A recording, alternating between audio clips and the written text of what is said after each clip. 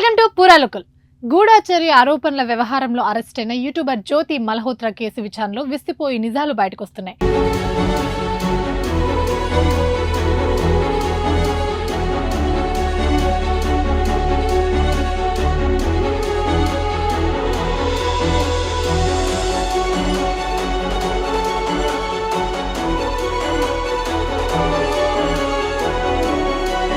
ముందేమో ఆమెకు ఉగ్రవాదులతో సంబంధాలున్నాయని, తర్వాత వందే భారత్ రైళ్ల ప్రారంభోత్సవాల్లో హల్చల్ చేశారని, ఇప్పుడేమో ఉగ్రదాడి జరిగే కొద్ది రోజుల ముందే ఆమె పహల్గాం వెళ్లినట్లు బయటపడింది.